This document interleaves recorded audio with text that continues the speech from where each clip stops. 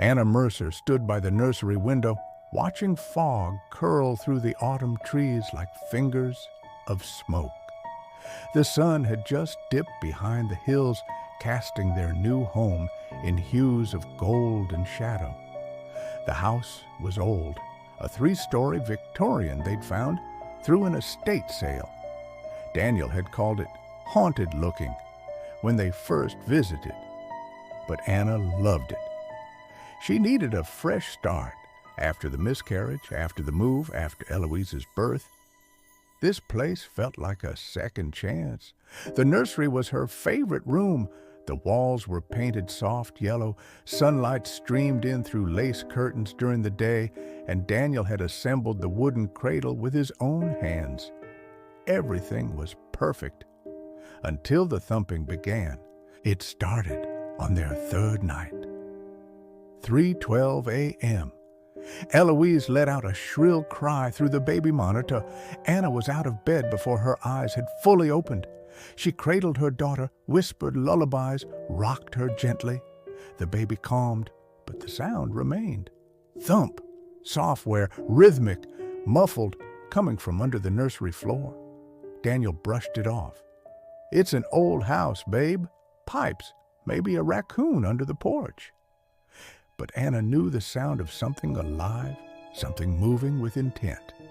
It continued every night. Always at 3:12 a.m., Anna began to change. She stopped sleeping, her nerves frayed. She kept the baby in their room at night now, but even then, Eloise would wake screaming, staring at the nursery door as if someone stood there. Daniel tried to be supportive. He set traps, called an exterminator, even climbed into the crawl space himself. But that's when he found it. There was no crawl space beneath the nursery, only a low bricked wall, sealed and forgotten. He hesitated for days, but the pounding grew louder, heavier. It was no longer scratches or soft taps. It felt like something was trying to get out. So one night, Daniel broke it open. Behind the bricks was a small, windowless room. The air smelled of mold and old iron. His flashlight shook in his hands. There, in the center, sat a cradle, rotten, identical in shape to Eloise's, but coated in thick layers of dust. Dried, dark stains painted the floor around it. Along the wall, dozens of baby shoes were scattered, some buckled, some laced, all in pairs. A cradle, shoes, blood. Daniel backed out, breath hitching. He didn't tell Anna right away, not until she found the box in the attic.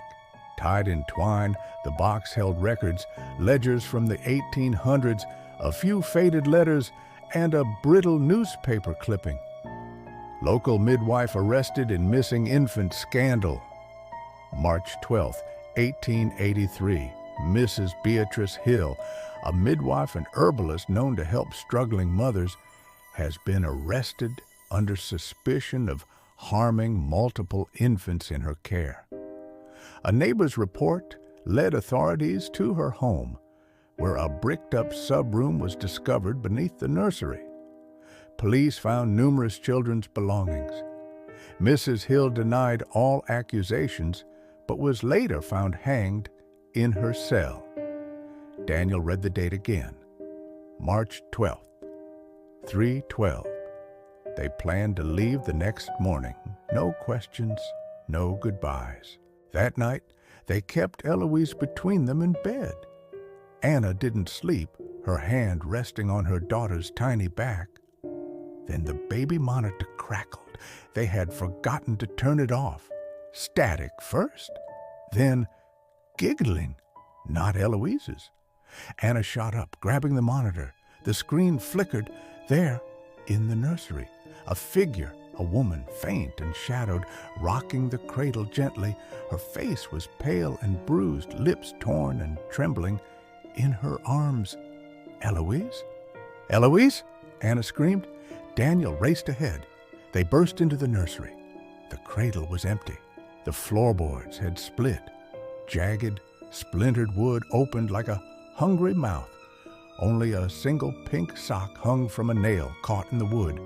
No baby, no sound, only silence.